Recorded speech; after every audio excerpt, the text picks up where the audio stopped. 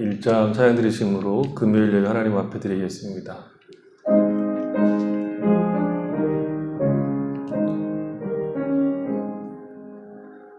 만복의 근원 하나님, 온 백성 찬송 드리고 저 천사여 찬송하세. 찬송 성부 성자 성령. 아멘. 하나님 아버지, 주께서 사랑하시는 주의 백성들, 또 주님을 사랑하는 주의 백성들이 함께 모여서 하나님을 찬양하고 경배하도록 불러주셔서 감사합니다. 우리에게 구원을 베푸실 뿐만 아니라 이 땅의 삶을 살아가는 동안에 하나님께서 허락하시는 생명과 은혜 가운데 주님을 기뻐하며 살아갈 수 있도록 복을 주신 하나님 앞에 저희들이 모여 있습니다. 우리의 마음이 나누지 않게 하시고 하나님을 기뻐하며 우리 마음을 다하여 찬양하고 경배하는 귀한 시간 되도록 복을 내려주시옵소서. 예수님의 이름으로 기도했습니다. 아멘. 80장 찬양 드리겠습니다.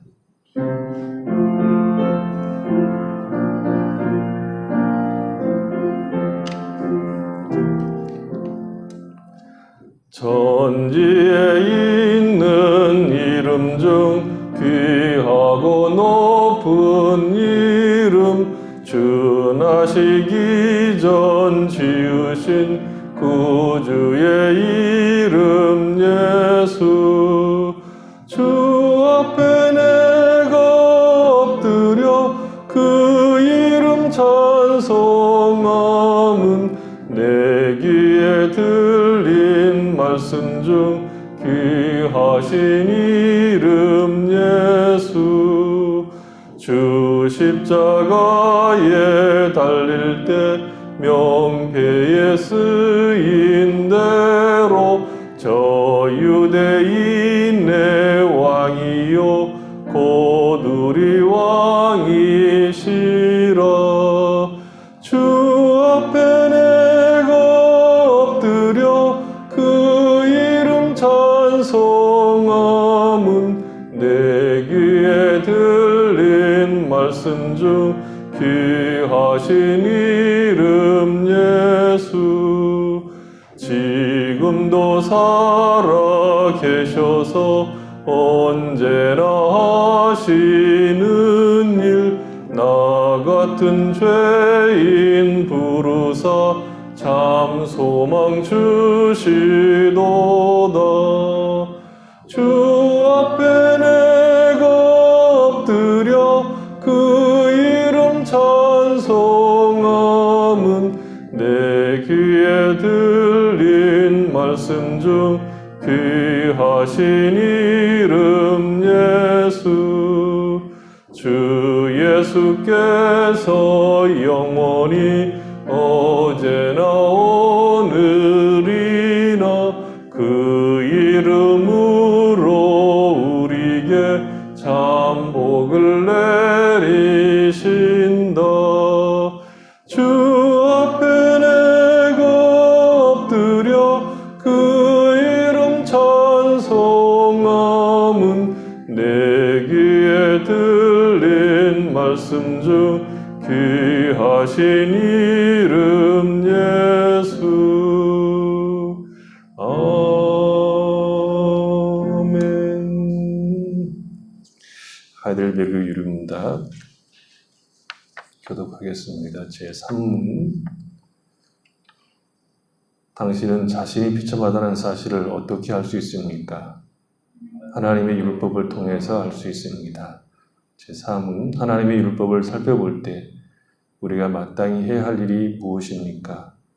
그리스도께서 마태복음 20장에서 이렇게 요약하여 가르치십니다.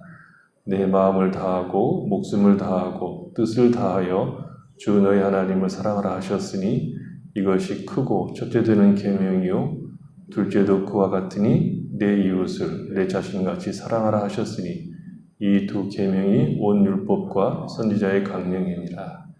제5문 당신은 이 모든 것을 완벽하게 지킬 수 있습니까? 결코 그렇지 않습니다. 왜냐하면 나에게는 본성적으로 하나님과 내 이웃을 비유하는 성향이 있기 때문입니다. 사도신경으로 신앙 고백 드리겠습니다. 나는 전능하신 아버지 하나님, 천지의 창조주를 믿습니다. 나는 그 유일하신 아들, 우리 주 예수 그리스도를 믿습니다. 그는 성령으로 잉태되어 동정녀 마리아에게서 나시고 본디오 빌라도에게 고난을 받아 십자가에 못 박혀 죽으시고 장사된 지 사흘 만에 죽은 자 가운데서 다시 살아나셨으며 하늘에 오르시어 전능하신 아버지 하나님 우편 앉아 계시다가 거기로부터 살아있는 자와 죽은 자를 심판하러 오십니다. 나는 성령을 믿으며 거룩한 공교회와 성도의 교제와 죄를 용서받는 것과 몸의 부활과 영생을 믿습니다. 아멘. 436장 시작드리겠습니다.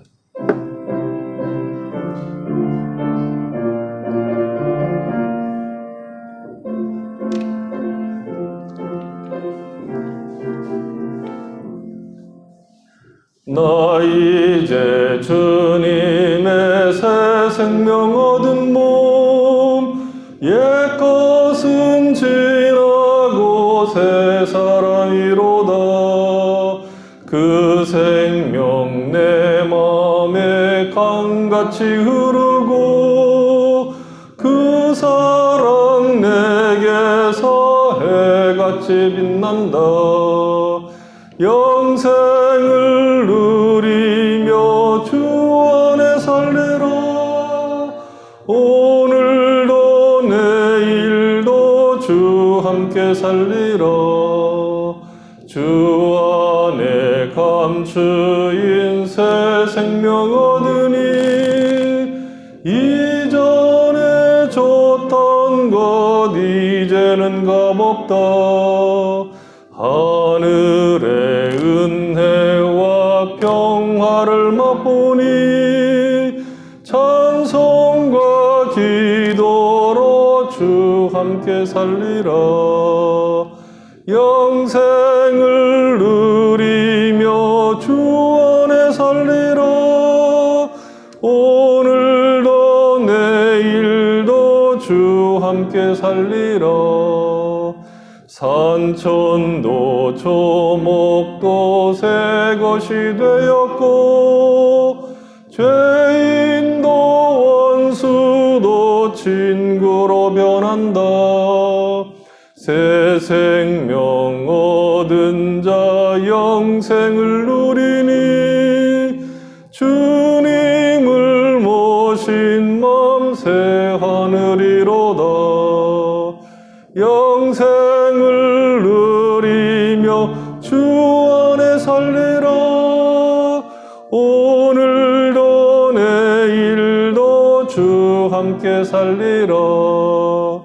주 따라가는 길 험하고 멀어도 찬송을 부르며 뒤따라가리라. 나 주를 모시고 영원히 살리라.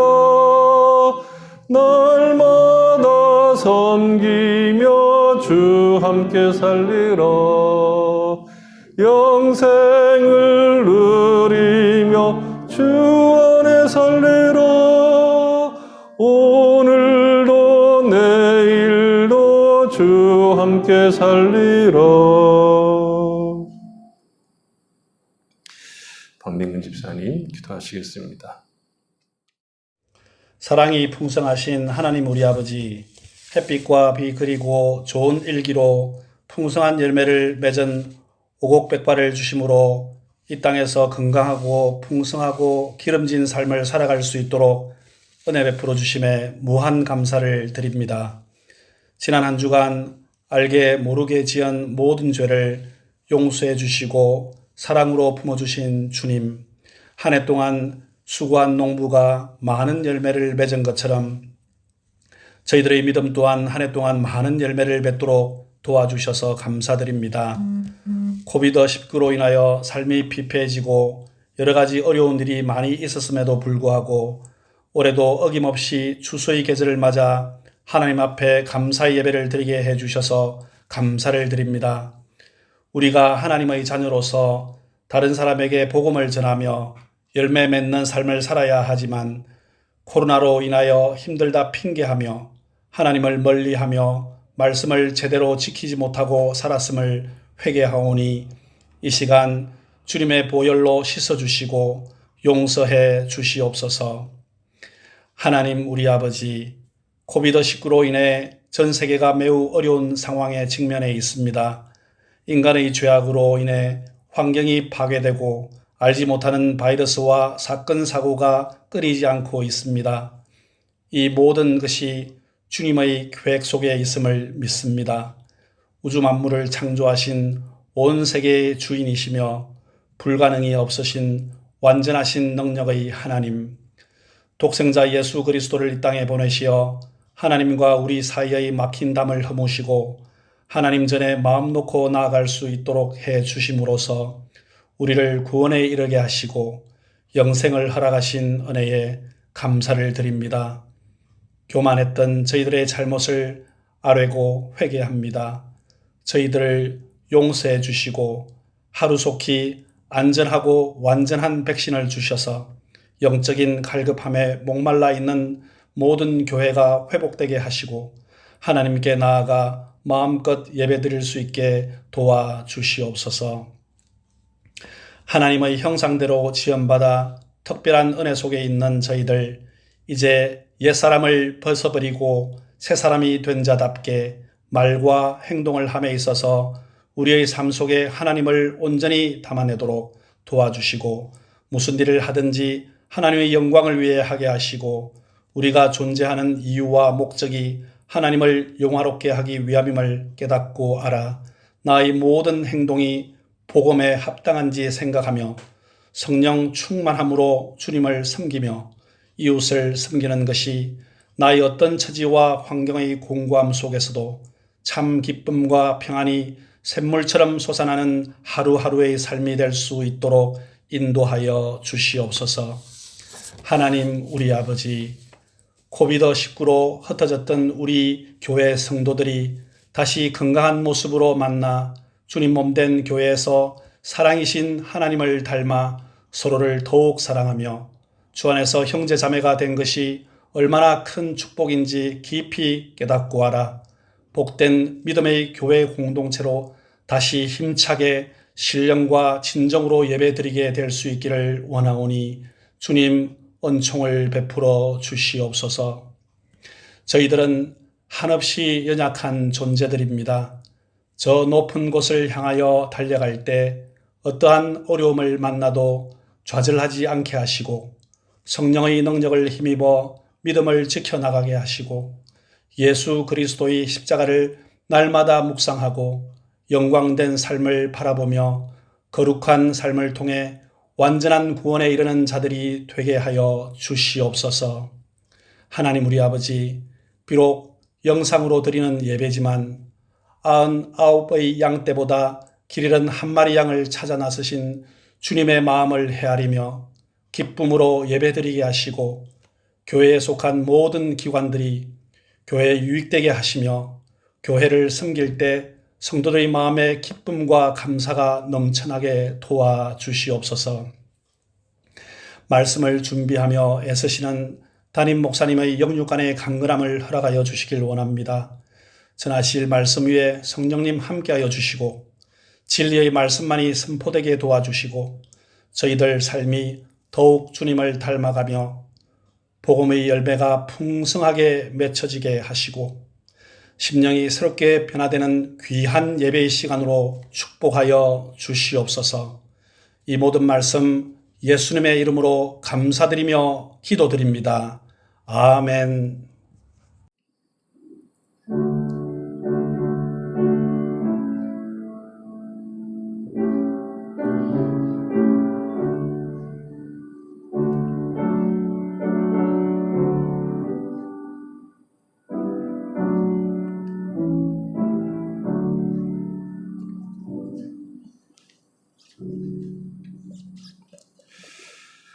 성경 말씀은 에베소서 4장입니다. 에베소 4장 20절로 24절입니다. 에베소 4장 20절로 24절.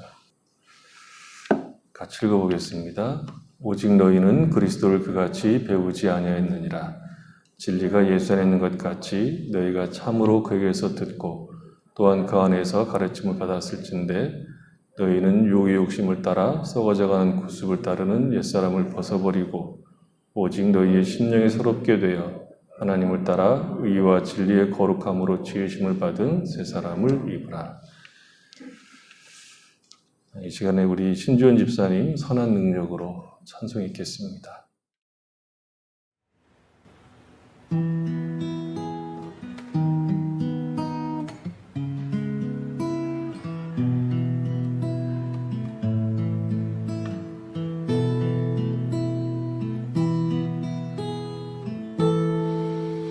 그 선한 힘에 고요히 감사하여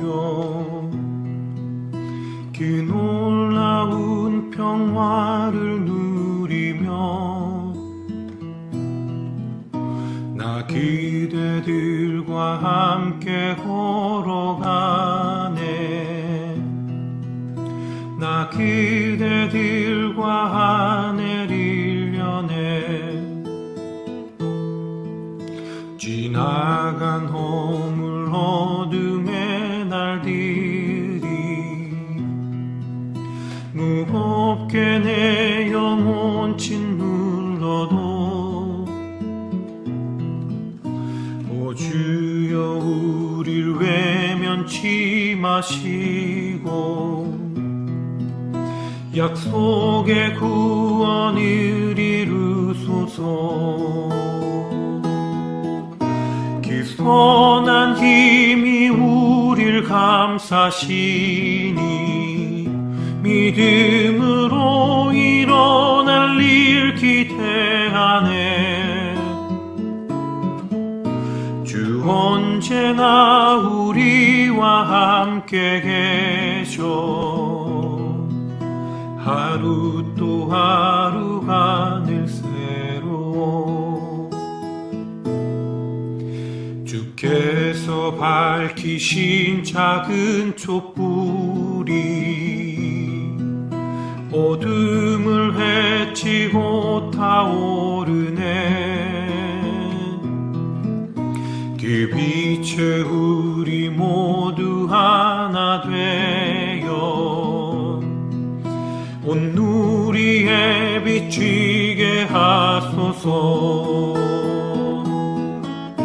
그 선한 힘이 우릴 감싸시니 믿음으로 일어날 일 기대하네. 주 언제나 우리와 함께 계셔. 하루 또 하루가 늘 새로워. 이 고요함이 깊이 번져갈 때 저 가슴 벅찬 노래 들리네. 다시 하나가 되게 이끄소서. 당신의 빛이 빛나는 이 밤 그 선한 힘이 우릴 감싸시니 믿음으로 일어날 일 기대하네. 주 언제나 우리와 함께 계셔. 하루 또 하루가 늘 새로워. 그 선한 힘이 우릴 감싸시니 믿음으로 일어날 일 기대하네. 주 언제나 우리와 함께 계셔. 하루 또 하루가 늘 새로워. 언제나 우리와 함께 계셔 하루 또 하루가 늘 새로워.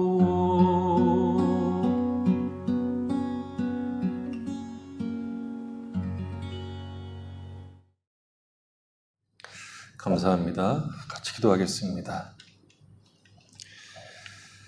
하나님 우리 아버지, 하나님의 선하심을 따라 우리 인생을 인도하시고 복을 주셔서 하나님께서 허락하시는 풍성한 삶을 우리의 삶을 통해서 맛보며 살아갈 수 있도록 복을 주셔서 감사합니다. 비록 우리의 처지와 형편들이 곤고한 가운데 있을지라도 하나님은 우리와 함께 하시고 우리에게 은혜와 진리를 베푸심으로 그런 곤고한 지경 속에서도 하나님으로 인하여 우리 인생이 얼마나 복된 것인가를 알게 하셔서 하나님 앞에 나가게 하시고 하나님을 노래하고 감사할 수 있는 삶을 살도록 은혜를 베풀어 주셔서 감사합니다. 하나님, 힘들고 어려울 때 우리가 더욱 주를 바라보게 하시고 주께서 주시는 은혜를 사모하며 더욱 하나님을 가까이 하기를 힘쓸 수 있도록 복을 내려 주시옵소서. 우리가 다른 곳에서 소망을 얻을 수가 없으며 힘과 능력을 공급받을 수 없습니다. 우리가 참된 쉼, 참된 힘과 능력을 오직 주께로부터만 공급받는 것을 알고 날마다 힘써 주님을 가까이 하기에 애를 쓸 수 있도록 복을 내려 주시옵소서. 이 귀한 시간 저희들이 함께 모여서 찬양하고 또 말씀을 들을 때 우리에게 깨닫게 하심으로 그 말씀을 통해서 우리가 새로워지는 주님을 더욱 가까이 하고 기뻐하는 귀한 시간 되도록 복을 내려 주시옵소서. 예수님의 이름으로 기도했습니다. 아멘. 예수를 믿는 사람들은 그리스도를 배우는 사람들이라고 말할 수 있죠. 그리스도를 배운다는 것은 1차적으로 이방인들과는 달리 무지에서 벗어난 자들이고 마음이 굳어진 자리에서 벗어나서 예수를 구주로 믿고 예수 그리스도의 말씀을 듣고 그의 가르침을 받는 자들이다 라고 말할 수 있습니다. 하나님의 생명에서 떠나 있었지만 은혜로 말미암아 산자가 되었고 산자가 되었기 때문에 귀가 열려서 주께서 하시는 말씀을 듣게 되었고 또 그 말씀을 듣고 배우는 자가 되어서 신자로서의 삶을 살아갈 수 있게 되는 것이 예수를 믿는 사람들이라고 말할 수 있다는 것이죠. 물론 그리스도를 배웠다는 것이 우리가 스스로 그 진리를 이해하고 알아들었기 때문에 신자가 되었다는 것이 아니라 그리스도 예수께서 행하신 일로 말미암아 우리가 그 은혜로 생명과 진리 안에서 살게 되었다는 것이고 생명과 진리 안에서 살게 되었기 때문에 이방인들과 달리 이제는 예수 그리스도의 말씀을 듣고 배우는 자들이 되었다. 이렇게 이야기할 수 있다는 것이죠.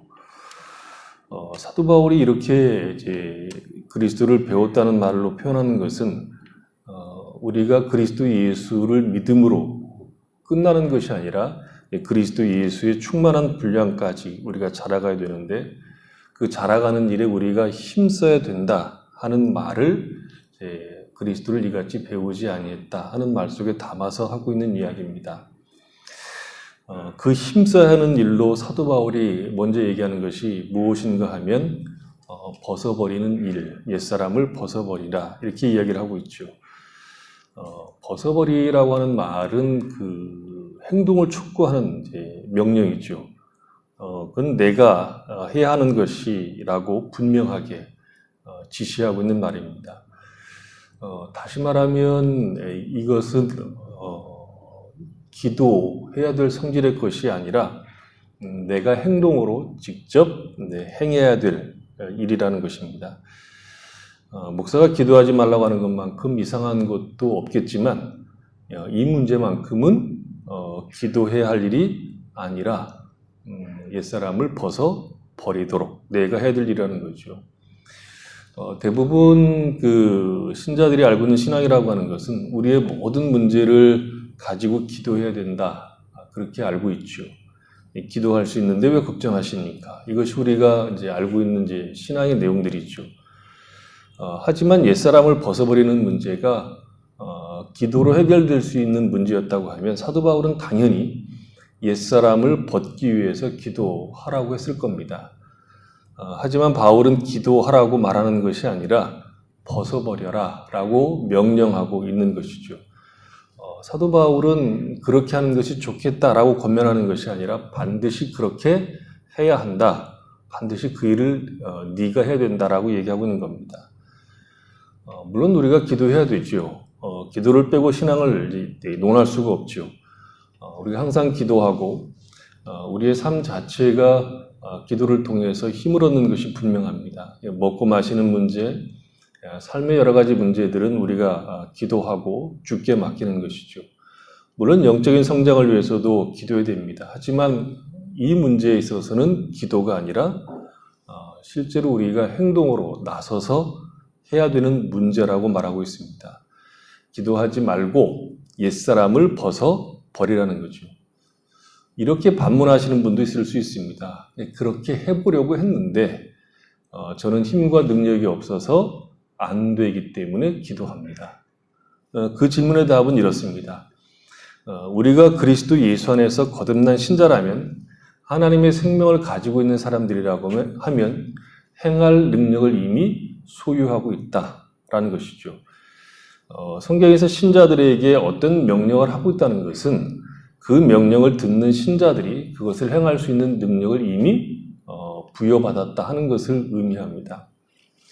마태복음 12장 10절 이하를 보면 거기에 이제 한 손이 오그라든 사람을 주님이 고쳐주는 장면이 나옵니다. 한 손이 오그라들었기 때문에 손을 내밀 수가 없죠. 손을 오그라들었는데 어떻게 펼 수가 없죠. 근데 그 오그라든 사람에게 주님이 이렇게 얘기합니다. 이에 그 사람에게 이르되 내 손을 앞으로 내밀라 하시니 그가 내밀매 그 손이 다른 손과 같이 온전하게 회복되니라 이렇게 얘기하고 있습니다. 아주 이상한 내용이죠.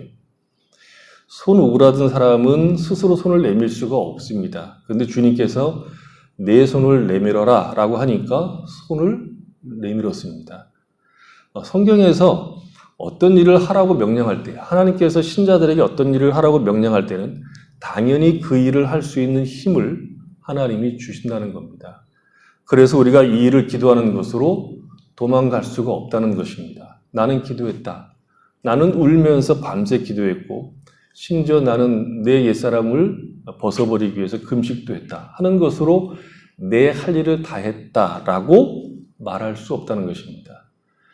기도하는 이유는 옛사람을 벗어버리고 새 사람을 입기 위한 것인데 기도가 내가 기도해서 금식해서 그 일을 이루지 못하면 기도한 것으로 자신의 책임을 다했다고 생각하고 도망갈 수 있는 일이 허다하다는 것이죠. 기도했기 때문에 나는 내 할 일을 다했다. 이렇게 책임을 회피할 수 있습니다. 로이든스 목사님은 이 문제를 훨씬 더 강하게 얘기했습니다. 옛사람을 벗어버리는 것을 기도함으로써 문제가 해결되는 것이 아니라 오히려 기도함으로써 문제가 더 악화된다라고 지적을 하셨습니다. 그러니까 저는 약하니 도와주십시오. 내가 옛사람에게 속한 것, 그러니까 이 죄를 반복적으로 짓고 있으니까 벗어나게 해주세요라고 하기 때문에 오히려 그 문제에 더 집중하게 되므로 더 악화될 수 있다 이렇게 얘기하죠. 그래서 이 문제는 기도해야 되는 문제가 아니라 생각하고 성경에서 말하고 있는 신자의 영광된 신분을 적용하고 이제는 내가 그렇게 살 수 없는 사람인 것을 확인하고 그렇게 살면 안 된다는 것을 인정하고 내가 변화된 신분, 하나님께서 그리스도 예수 안에서 나에게 허락된 신분에 어울리는 삶을 살기 시작해야 된다고 얘기합니다. 그래서 예를 들어서 이런 이야기를 하셨습니다. 20년 동안 천둥과 뇌성병력을 두려워하는 부인이 이제 그 교회에 출석을 했습니다. 천둥과 뇌성이 치면 두려워서 어쩔 줄 모르는 것이죠. 이런 분은 방글라데시 살면 안 되죠. 심지어 교회에 가다가 천둥이 치면 가다가도 다시 되돌아와서 집에 돌아갈 정도로 두려워했던 부인입니다. 그러니 가정생활도 정상적일 수가 없게 된 거죠. 매우 심각하게 된 겁니다. 이분이 믿는 사람이니까 얼마나 진지하게 열심히 기도를 했겠어요. 오히려 이 부인은 이 문제에서 벗어나기 위해서 필사적으로 노력을 했고 오직 이 문제에서 자신이 벗어날 수 있게 해달라고 이 문제만 놓고 기도를 한 겁니다. 근데 사실은 이 기도, 그 문제만 놓고 기도한 것이 이 부인의 문제를 훨씬 더 가중시키고 악화시켰다는 겁니다. 답은 뭐죠? 기도를 멈추고 생각하는 겁니다. 왜 나는 천둥과 벼락을 무서워하는 것일까? 나는 누구이고 하나님은 나와 무슨 관계이고 하나님은 그리스도 예수 안에서 나를 어떻게 대하시고 그 하나님은 온 우주 만물을 섭리하시는 분이라고 하면 내가 그의 자녀된 내가 만물을 창조하시는 분이 섭리하시는 이 모든 현상들에 대해서 나는 어떻게 적용해야 될까라고 생각하고 교리를 적용해야 되는 겁니다. 옛사람을 버리게 해달라고 기도하는 것이 아니라 내가 이미 어떤 사람인가를 생각하고 그 옛사람을 벗어버리면 됩니다. 성경을 적용하면 된다는 거죠. 교리를 적용하면 됩니다. 더구나 이 문제는 어떤 체험을 받음으로 해결되는 것도 아닙니다. 많은 신자들이 영적인 삶의 문제를 해결하는 것이 간단하다고 얘기를 합니다. 문제가 있느냐? 그러면 주님께 가서 맡기면 된다는 것이죠. 맡기면 주님이 알아서 해결해 주실 것이라고 말하는 것이죠. 주님께 맡기면 문제가 해결되는 놀라운 체험을 하게 될 거라고 말합니다. 하지만 신자의 삶은 하나의 체험으로 옛사람이 벗어지는 것이 아닙니다. 심지어 내가 성령의 극적인 체험과 은사를 경험해도 옛사람을 벗어버리는 문제는 간단한 문제가 아닙니다. 단번에 해결되지 않는다는 것이죠.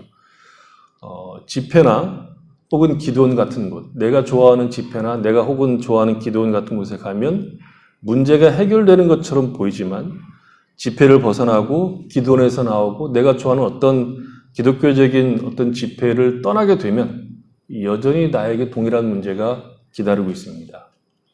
옛사람을 벗어버리는 비결이나 혹은 어떤 특별한 영적인 비결이라고 하는 것은 없습니다. 이 옛사람을 벗어버리는 것은 내가 반드시 해야 될 일입니다. 그것을 벗게 해달라고 구해야 되는 것이 아니라 내가 벗어야 되고 내가 범죄한 눈을 뽑고 범죄한 손을 내가 잘라내야 됩니다. 하나님께 맡게 되는 문제가 아니라 내가 힘써 해야 될 일이라는 것이죠. 4장 25절부터 사도 바울이 뭐라고 얘기하는지 한번 보십시오. 에베소 4장 25절 이하부터 보면 사도 바울이 이렇게 이야기하죠. 거짓을 버리고 각각 그 이웃으로 더불어 참된 것을 말하라. 분을 내어도 죄를 짓지 말라. 마귀로 틈을 타지 못하게 하라. 도적질하지 마라. 자기 손으로 수고해서 선한 일을 해라. 더러운 말은 입 밖에도 내지 마라. 사도 바울이 지금 기도하면 된다고 말하는 것이 아니라 내가 이런 문제에서 벗어나도록 주께 간구하면 된다는 것이 아니라 도적질을 해왔으면 도적질을 하지 말라는 겁니다. 거짓말을 밥 먹듯이 해왔으면 이제 예수를 믿으면 거짓말을 하지 말라는 겁니다. 도적질하지 않도록 해주십시오라고 기도하지 말고 도적질을 하지 말라는 겁니다. 애쓰고 힘을 써서 도적질을 하지 말고 손으로 수고해서 선한 일을 하라는 겁니다. 기도하고 나면 기도했으니까 이제부터 책임이 하나님께 있다고 생각할 수 있게 됩니다. 내가 기도했는데 나는 이 문제에 대해서 진지하게 기도했는데 응답 안 하신 하나님의 책임이라고 미루지 말라는 겁니다. 오른손이 실족했으면 그 오른손을 잘라버리라는 거죠. 도박 중독에 걸린 사람들이 결심하고 손가락을 자르고 안 한다고 그러죠. 그러면 나중에 발가락을 써서 발가락을 연마해서 발가락으로 화투를 친다는 것이죠. 죄를 안 짓고 새 사람이 되기 위해서는 얼마나 애써야 되느냐 하면 피 흘리기까지 싸워야 된다고 성경이 말합니다. 사도 바울은 이것을 이렇게 얘기하죠. 사도 바울이 이런 정도로 얘기를 했다면 우리는 더 분발해야 될 겁니다. 고린도전서 9장 27절에 보면 사도 바울이 이런 얘기를 하죠. 내가 내 몸을 쳐 복종하게 하면 내가 남에게 전파한 후에 자신이 도리어 버림을 당할까 두려워함이로다. 몸을 친다는 이 내용은 예수님의 표현을 따라서 하면 오른손이 범죄하면 오른손을 잘라버리는 것과 같은 내용이라고 말할 수 있습니다. 그래서 친다는 것은 거칠게 다루는 것 혹은 징계하는 것을 의미합니다. 우리는 사실 어떤 의미로 보면 자기 자신에 대해서 지나치게 관대하죠. 대강 살고 있으면서 모든 핑계를 하나님께 대고 있는 그런 나쁜 사람들인지도 모릅니다. 기도했는데 왜 안 들어주시고 이런 야단을 치시냐고 이렇게 뻔뻔스럽게 우리가 이해할 수도 있죠. 신자가 되었다는 것은 이런 문제에 대해서 기도로 자기 책임을 회피하는 것이 아니라 내가 직접 그 일을 해야 되는 것이고 할 수 있는 능력과 힘을 하나님께로부터 받는 겁니다. 부모가 공부에만 전념할 수 있는 모든 것을 다 자녀들에게 공급해 주듯이 우리가 이 일을 할 수 있는 모든 것을 주시기 때문에 하라고 요구하는 겁니다. 그러면 어떻게 이 일을 할까요? 구체적으로. 이 일을 하는 원리가 있고 그 다음에 적용하는 것들이 있습니다. 가장 중요한 것은 내가 누구이고 내가 어떤 사람인가를 아는 겁니다. 사도 바울이 옛사람을 벗어버리라 라고 말하는 이유는 우리가 더 이상 옛사람이 아니기 때문에 하는 이야기입니다. 우리는 새 사람입니다. 예수를 믿는 사람들은 새 사람으로 되어가고 있는 중이 아닙니다. 옛사람, 새 사람, 옛사람을 벗어버리고 새 사람을 입으라 하는 이 명령들은 다 과거 부정형으로 쓰고 있는 단어들입니다. 완료이라는 것이죠. 신자는 이미 새 사람입니다. 새 사람으로 변화되고 있는 중이 아니라 우리 옛사람은 이미 죽은 사람이기 때문에 죽은 사람의 삶을 가지고 사는 것이 우리에게는 어울리지 않는다라는 것이 지금 사도 바울이 하고 있는 이야기입니다. 그래서 우리가 이 일을 먼저 하려고 하면 내가 그리스도 예수 안에서 어떤 사람인가를 반드시 알고 있어야 됩니다. 그러니까 신자의 삶은 자신과 내가 나와 대화하는 법을 아는 것에서 시작한다고 말할 수 있습니다. 내가 나에게 성경 진리를 가지고 설교하지 못하면 신자의 삶을 살 수가 없습니다. 신자는 자기가 자기에게 수시로 설교하는 사람이라고 말할 수 있습니다. 우리는 하루를 시작할 때 거울을 보고 이렇게 시작하면 안 됩니다. 소위 요즘 말하고 있는 긍정적인 사고방식, 자기 자신에 대한 어떤 부정 말고 이렇게 쓰담쓰담 하듯이 그렇게 시작하면 안 된다는 거죠. 너는 잘 될 거야. 너는 소중한 사람이야. 세상에 오직 너밖에 없어. 너는 괜찮은 사람이야. 누구도 너와 비교할 수 없는 사람이야. 너는 괜찮을 거야. 이따위 소리 하지 말라는 거죠. 이런 소리 하지 말고 나는 이제 새 사람이다. 나는 더 이상 옛사람이 아니다. 나의 옛사람은 그리스도 예수와 함께 십자가에 못 박혀 죽었고 나는 더 이상 옛사람과 상관이 없게 되었다. 옛사람은 나에게 존재하지 않는다. 나는 더 이상 이전의 내가 아니다. 나는 그리스도 예수 안에서 새로운 피조물이 되었다. 보라, 이전 것은 지나갔다. 나는 새 사람이 되었다. 그러니 오늘 하루도 그리스도 예수 안에서 새 사람이 되었으니 새 사람답게 살자라고 거울을 보고 자기에게 설교하면서 하루를 시작해야 됩니다. 우리가 잠에서 깨어 의식이 들어오는 순간에 마귀는 이미 일을 시작합니다. 마귀는 우리가 침대에서 빠져나오기도 전에 우리를 낙담시키고 우리가 하나님의 자녀로서 마땅한 생각을 하기도 전에 우리로 하여금 세속적인 생각으로 가득하게 만들기 시작합니다. 온갖 염려와 근심과 세속적인 생각으로 우리를 뒤덮습니다. 거기에 의연하게 맞서서 내가 누구인지, 내가 어떤 사람인지 자신에게 성경을 근거로, 진리를 근거로 설교하십시오. 나는 그리스도 안에 있는 새로운 피조물이다. 나는 새 사람이다. 우리가 많이 실패하고 있는 이유 중에 하나는 이렇게 하루를 시작하지 않기 때문입니다. 오늘 하루 내가 원하는 소망이 무엇인가를 말하기 전에 내가 어떤 존재인지, 내가 누구인지를 내 자신에게 단호하게 설교함으로 시작하셔야 됩니다. 일어나서 오늘 하루에 여러 가지 문제를 놓고 기도하기 전에 내가 어떤 사람인지를 인식하시고 내가 어떤 사람인가를 자신에게 설교하십시오. 하나님 앞에 나아가서 기도하기 전에 먼저 내가 누구인가를 확실하게 설정하십시오. 그렇게 자신에게 설교하란 말이죠. 그리고 신자로 살아가는 동안에 내 삶이 복음과 어울리고 있는가를 늘 확인하는 일을 하셔야 됩니다. 내가 지금 하고 있는 일이 새 사람으로서 합당한 내용인가? 성경에서 나에 대해서 말하는 것과 내 삶이 어울리고 있는가를 보라는 겁니다.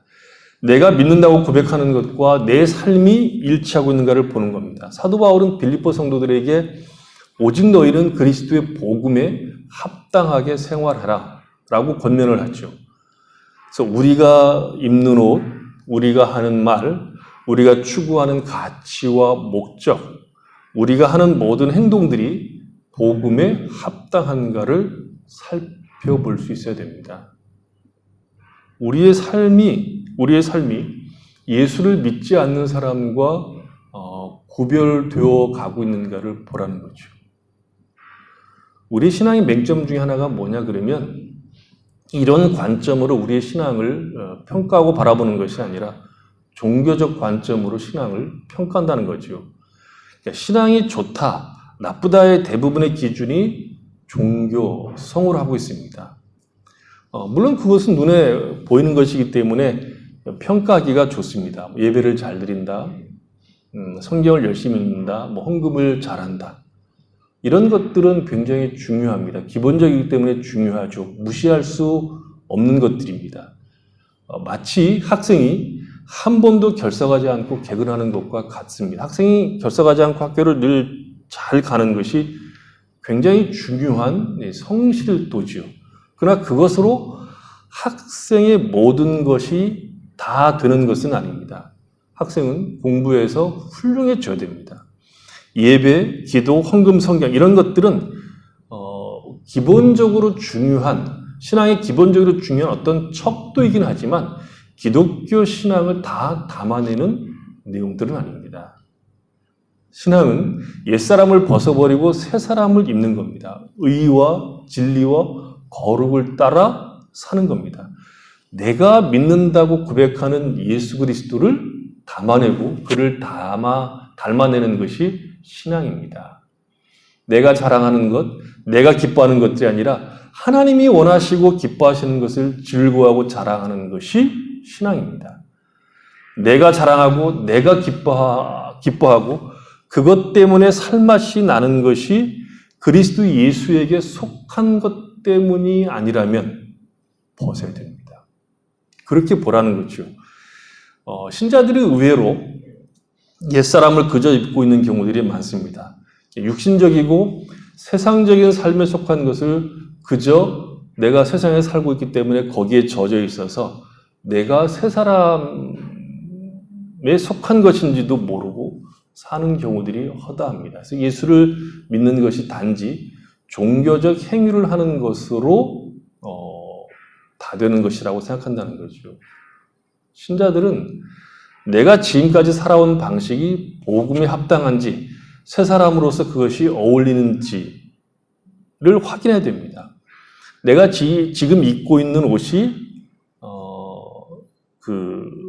면접장에 가는 것이라고 하면 그 면접장에 가는 사람으로서 합당한 옷인지, 캠핑을 가고 있는데 양복을 입고 나선 것은 아닌지를 보라는 거죠.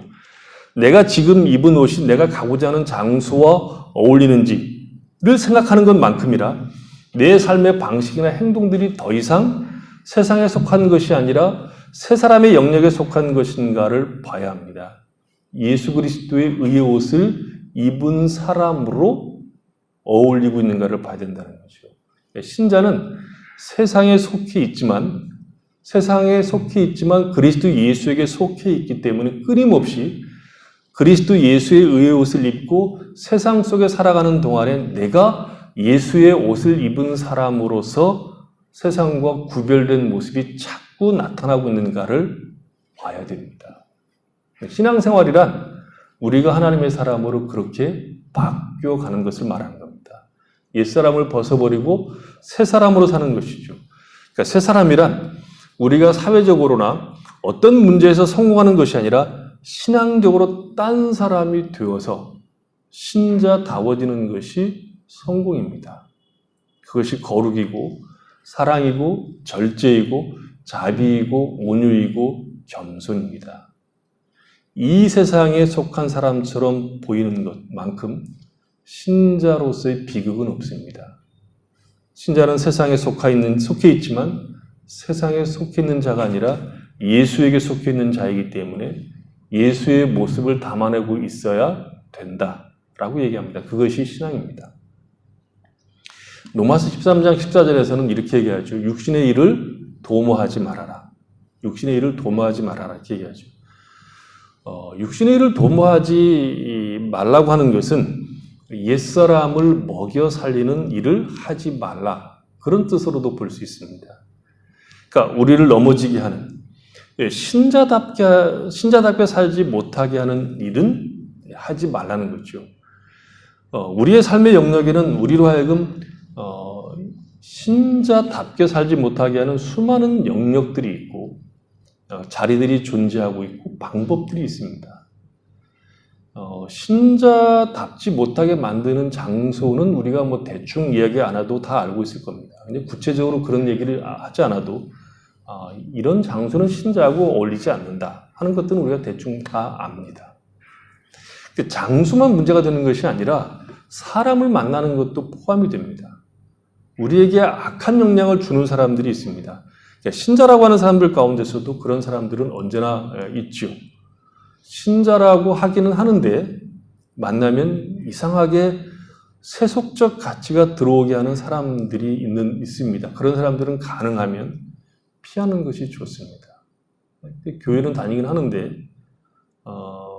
그의 자랑과 기쁨과 그가 하는 모든 그 가치와 목적들은 세속적 가치들로 이렇게 감싸 있어서 만나면 피곤한 인간들이 있습니다. 가능하면 만나지 않는 게 좋습니다. 내게 악한 영향을 주는 사람이 있다면 피하십시오. 육신의 일을 도모하지 말라는 겁니다. 책을 읽는데도 같은 기준이 적용이 됩니다. 책을 읽는 것이 모든 책이 다 좋은 책은 아니죠. 특별히 예수를 믿는 신자들에게는 모든 책이 다 좋은 것이 아닙니다. 특별히 내가 기독교 교리에 있어서 명확하지 않는다면 책을 읽는 것은 훨씬 더 조심해서 읽어야 됩니다.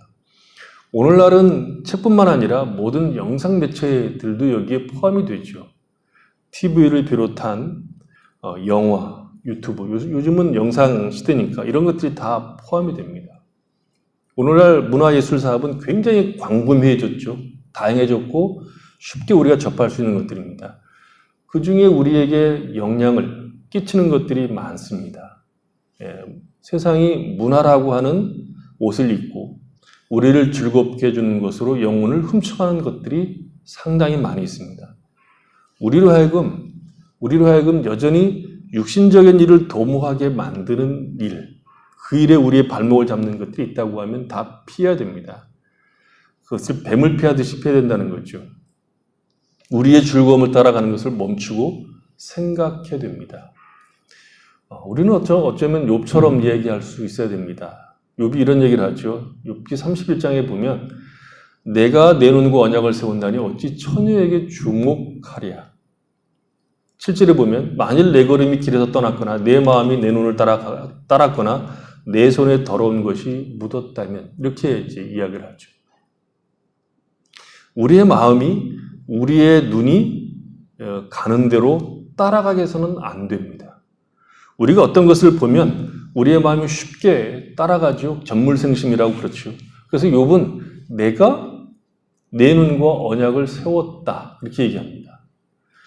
욥의 시대에 욥이 눈과 언약을 맺었다고 하면 오늘날은 훨씬 더할 겁니다. 우리는 눈과 언약을 맺을 정도가 아니라 아직 눈가를 뽑아야 될 겁니다. 심하게 얘기하면 지금처럼 우리 눈을 통해서 우리의 마음을 움직일 수 있는 수많은 것들은 너무 많습니다. 눈을 둘 곳이 없을 정도라는 것이죠. 우리의 눈이 어떤 것을 탐하도록 놓아줘서는 안 됩니다. 육신의 일을 도모하게 하는 일에 대해서 신자들은 경계해야 되고 스스로 마음을 정하고 옛사람을 끊어야 됩니다. 벗어야 됩니다. 우리의 눈이 우리를 유혹하고 우리로 하여금 매력을 느끼게 하고 그것을 가지고 싶어 하도록 놔두지 마시고 눈과 언약을 맺으셔야 됩니다. 나아가서 육신이 힘을 얻도록 우리가 음식을 주면 안 되죠. 육신이 힘을 쓸 수 있도록 영양분을 공급하면 안 됩니다. 얼마나 육신의 힘을 공급하기에 좋은 것들이 많이 있습니까? 탐심을 추구하도록 하는 세상에서 신자들은 진리와 생명을 추구하기 때문에 어려운 겁니다. 힘든 겁니다.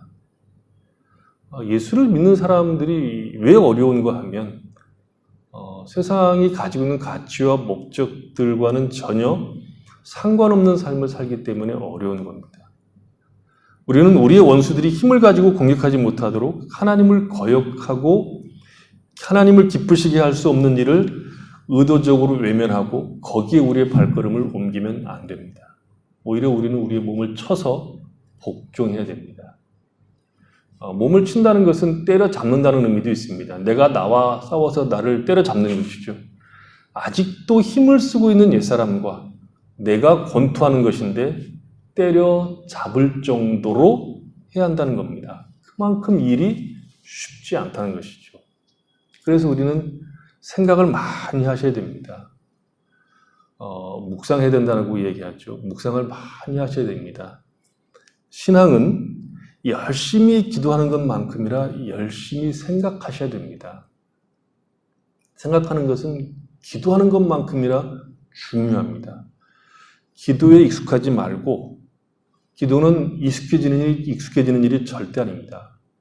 기도를 잘하는 것은 눈만 감으면 오토매틱으로 쫙 나오는 것이 기도를 잘하는 것이 결코 아닙니다. 기도는 늘 어려운 겁니다.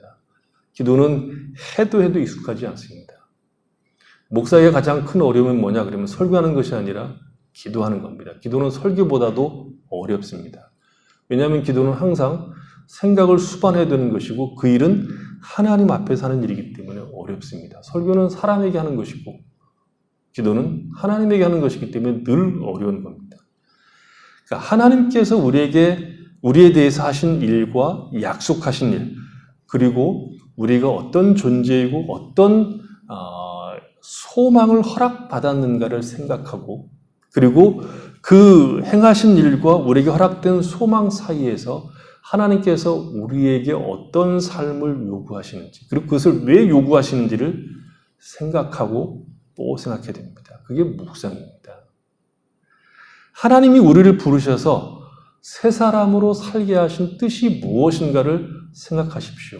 하나님은 반드시 우리를 새 사람으로 살아가게 하십니다. 우리가 원하는 것, 우리가 소원하는 간절함이 아니라 하나님이 우리를 부르신 그 길이 어떤 길인가를 깊이 생각하십시오. 기독교 신앙은 하나님이 우리의 수호신으로서 우리가 인생을 살아가는 동안에 우리를 보호하고 내가 원하는 것을 적당히 하나님과 거래하는 내용이 아니라 우리를 죄에서 건지셔서 하나님과 영원토록 함께 살 수 있는 사람, 그 사람이라는 말 속에는 하나님과 영원토록 함께 살아도 되는 수준의 사람, 그 깊이의 사람으로 우리를 인도하시는 것이 구원의 궁극적인 목적입니다. 그것을 생각하셔야 됩니다. 기도로 모든 신앙생활의 답을 찾거나 때우지 마십시오. 기도했기 때문에 당연히 경건해지는 법은 없습니다. 기도하는 이유는 뭐냐 그러면 하나님 앞에 엎드리기 위한 겁니다.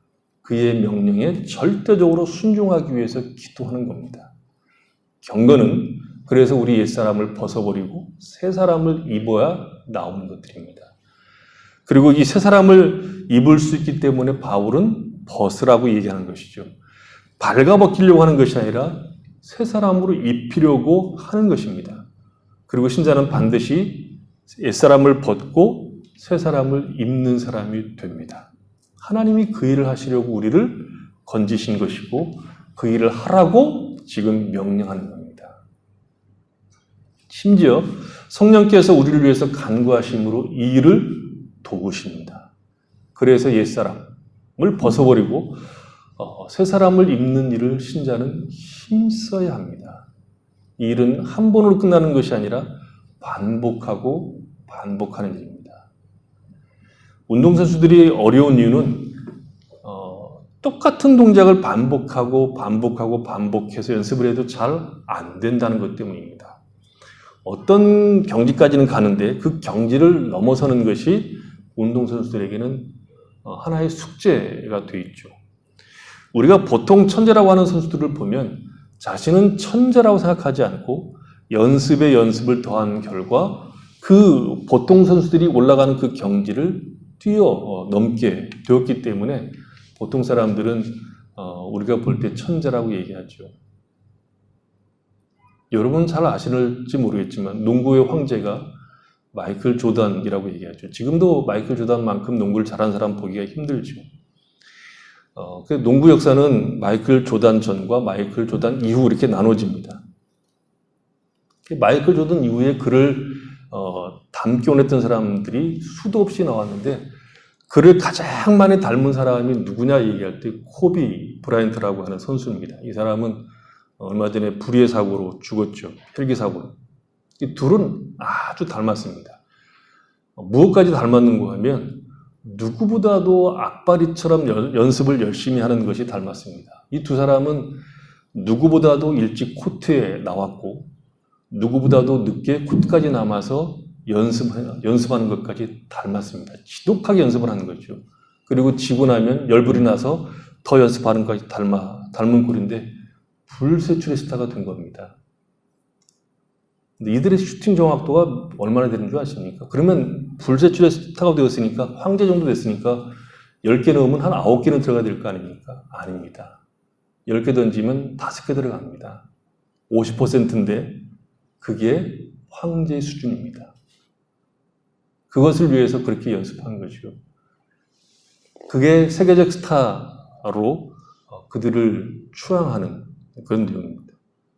그렇게 연습을 해도 그 정도입니다. 프로야구에서 그 타자가 아주 잘 치는 타자로서 성공한 타자가 10번 나와서 3번 안타를 치면 굉장히 잘하는 타자입니다. 3할이죠. 3할 타자면 굉장히 좋은 타자입니다. 7번은 죽는 거죠. 그렇게 연습을 해도 그 정도 하는 겁니다. 그 정도. 그래서 운동선수들이 가지고 있는 모토가 뭐였냐면 하루를 연습 안 하면 본인이 알고 이틀 연습을 안 하면 코치가 알고 3일 연습을 안 하면 관중이 안다는 거죠. 연습밖에 없습니다. 이것은 끊임없이 우리가 우리 자신이 누구인가를 상기하고 이 악한 세상에서 하나님을 거역하는 이 악한 세상에서 신자로서 어떻게 살아야 되는가를 확인하고 거기에서 우리가 신자로 살아가는 일을 부지런히 연습하셔야 됩니다. 벗어버리고 새 사람을 입는 일에 힘을 써야 됩니다. 우리는 더 이상 세상에 속한 자처럼 살 수가 없습니다. 왜냐하면 우리 이미 새 사람이기 때문에 그리스도 예수의 의의 옷을 입고 있는 사람이기 때문에 세상 속에서 세상 사람들과 똑같은 가치와 목적과 그들이 가지고 있는 인생의 즐거움과 내용들을 공유할 수가 없습니다. 우리는 하나님을 기뻐하고 하나님이 좋아하시는 것을 좋아하심으로만 신자의 복과 영광과 기쁨이 있는 자리로 들어오는 겁니다. 그래서 이 일에 우리는 매일매일 자기가 자기 자신에게 설교를 하고 내가 지금 얼마나 영광된 길을 가고 있는가를 확인하고 예수 그리스도의 의의 옷을 입고 세상 속으로 나가셔서 사셔야 됩니다. 하나님이 나에게 주시고자 하는 것이 무엇인지를 놓치지 말고 사셔야 됩니다. 거기서 비로소 신자는 신자된 자들의 영광이 무엇인가를 알 수가 있고 이 세상 속에서 우리를 구원하신 하나님께서 신자에게 허락된 복이 무엇인가를 알 수가 있습니다. 신자에게 최고의 기쁨이 뭐냐 그러면 옛사람을 벗어버리고 새 사람을 입음으로 거기에서 그리스도 예수와 함께 누리는 복락일 겁니다. 이것이 우리에게 주신 영광된 자리일 겁니다. 이 놀라운 자리에 우리가 지금 있는 겁니다. 그래서 사도 바울 우리에게 강하게 권면하는 것이죠. 명령처럼 권면하고 있는 겁니다. 옛사람을 벗어버리고 새 사람을 입으라고 우리에게 명령하는 겁니다. 이것은 우리가 매일 우리가 해야 될 일이고 누구에게 책임을 미루고 해야 될 일이 아니라 우리 자신들이 해야 될 일이라는 것을 꼭 아시고 하십시오. 그럴 때 우리가 누구인지 알게 되고 어떤 복을 허락받고 있는가를 맛보게 될 겁니다. 사도 바울이 우리에게 명령하고 있는 대로 우리의 옛사람을 벗어버리고 새 사람을 입는 일에 힘을 기울임으로 하나님이 허락된 복과 은혜들을 누리는 성도들이 되시기를 바랍니다. 기도하겠습니다.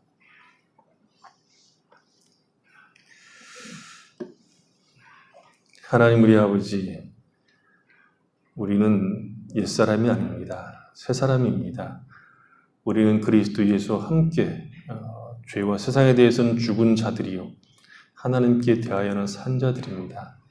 하나님 우리 아버지, 우리가 날마다 우리 자신에게 어떤 사람인가를 설교함으로 우리에게 허락된 그 신분에 맞는 삶을 우리가 매일 살아가기로 결심하고 힘을 쓸 수 있도록 은혜를 베풀어 주시옵소서. 옛사람을 벗어버리고 새 사람을 입는 일에 우리의 온 힘을 기울일 수 있도록 은혜를 베풀어 주셔서 우리 옛사람을 벗고 새 사람을 입음으로 그리스도 예수 안에서 우리에게 허락된 복이 무엇인가를 맛보고 그 복으로 인하여 우리 인생이 얼마나 영광스러운 것인가를 알아가는 성도의 삶을 살아갈 수 있도록 은혜 베풀어 주시옵소서. 예수님의 이름으로 기도했습니다. 아멘.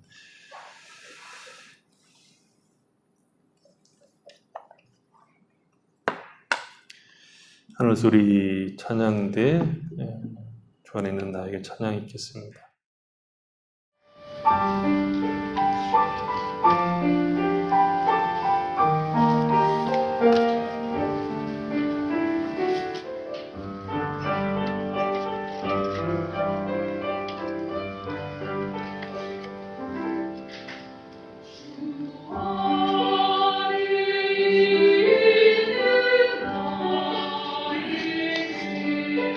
다른 근심이 있으랴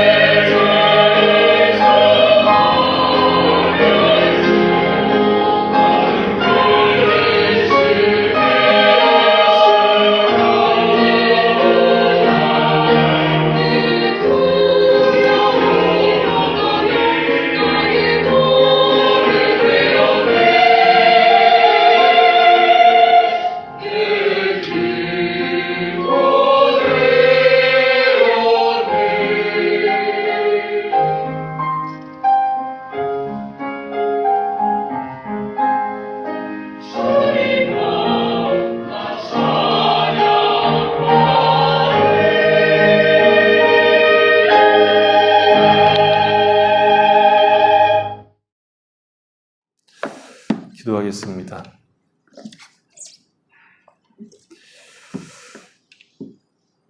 하나님 우리 아버지, 우리에게 허락된 이 놀라운 신분, 그리고 신분에 맞는 삶을 요구하는 것이 얼마나 복된 자리인가를 알게 하시기 원합니다.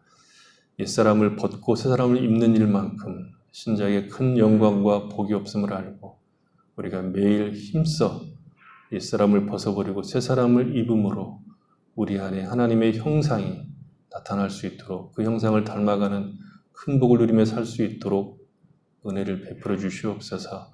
이 귀한 시간 저희들이 함께 모여 예배하며 하나님을 경배하고 또 귀한 예물을 주께 드릴 수 있도록 복을 주셔서 감사합니다. 드려진 예물이 구별되게 하시고 드린 모든 손길들 하나님이 주시는 은혜로 말미암아 기뻐하고 감사하며 부족함이 없는 삶을 살되 하나님을 섬기며 이웃들을 섬기며 살아갈 수 있는 풍성한 삶이 되도록 은총 베풀어 주시옵소서. 하나님 우리 아버지, 연약한 성도들, 기도하는 성도들, 주의 도우심을 바라보는 성도들, 주께 그의 삶을 의탁하고 주께서 그 손 잡아주시기를 간절히 원하는 성도들 함께 하셔서 저들이 하나님의 은혜로 말미암아 힘을 얻고 은혜를 입어서 능히 세상을 이기는 귀한 삶을 살 수 있도록 복을 내려 주시옵소서. 몸이 아픈 성도들을 강건케 하시고 새 힘을 주시옵소서. 하나님 우리 아버지, 흩어져 있는 자녀들 어느 곳에 있든 주께서 꼭 붙드시고 인도해 주심으로 저들이 어려운 때에도 하나님 은혜 안에서 힘을 얻고 하나님이 주시는 복을 누리며 살아갈 수 있는 귀한 자녀들 되도록 은혜 베풀어 주시옵소서. 예수님의 이름으로 기도했습니다. 아멘. 광고 말씀 드립니다. 계속 올 한 해는 이렇게 가게 생겼는데 이렇게 가면 안 될 것 같다는 생각도 지금 강하게 듭니다. 그래서 생각을 많이 하고 있는데 여러분도 많이 기도해 주셔서 이렇게는 안 되겠다 싶은 생각이 들죠. 여러분도 저만 그런 건 아니죠. 이렇게는 안 되겠다 싶은 생각이 드는데 하나님께서 우리에게 선한 길을 열어주시기를 많이 기도해 주시기 바랍니다. 그 일이 생기기 전 같이 이게 조금이라도 모여서 예배를 드리기 전에 여러분 드리는 영상 예배 성실하게 많이 드려주시기 바랍니다. 잘 드려주시기 바라고요. 페이스북 많이 읽어주시기 바랍니다. 헌금은 잘 보관하셨다가 나중에 주셔도 되지만 박 집사님이나 저에게 가져오셔도 되겠습니다. 불우이웃돕기 우리 한인회 그리고 한인을 중심으로 하는 이 불우이웃돕기가 있는데 여러분들 여기에 많이 동참하셔서 이 땅에 어려운 사람들 그리고 한인들 가운데 어려운 사람들이 있으면 도울 수 있는 그런 일에 여러분들이 많이 참여해 주시기 바랍니다. 5장 찬양 드리겠습니다.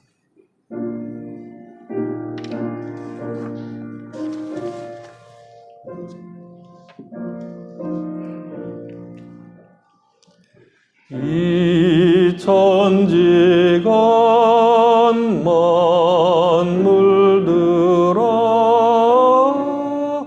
복 주시는 주 여호와 전능성부 성자 성령 찬송하고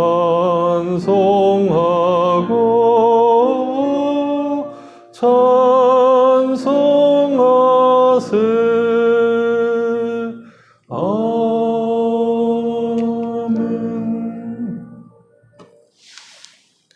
주 예수 그리스도 은혜와 하나님 아버지의 사랑하심과 성령의 교통하심이 주의 은혜 가운데 우리가 매일 또 순간마다 우리 옛사람을 벗어버리고 새사람을 입음으로 그리스도 예수 안에서 우리에게 허락된 은혜와 복을 누리며 살아가기를 원하는 주의 사랑하는 모든 백성들과 그 가정과 삶의 터전 위에와 출타하는 성도들과 홀로 떨어져 있는 사랑하는 자녀들 머리 위에와 이 땅에서 구원을 기다리고 있는 수많은 영혼들과 저들을 위해서 수고하는 주님의 모든 귀한 종들 위에 지금부터 영원토록 함께 계실지어다. 아멘.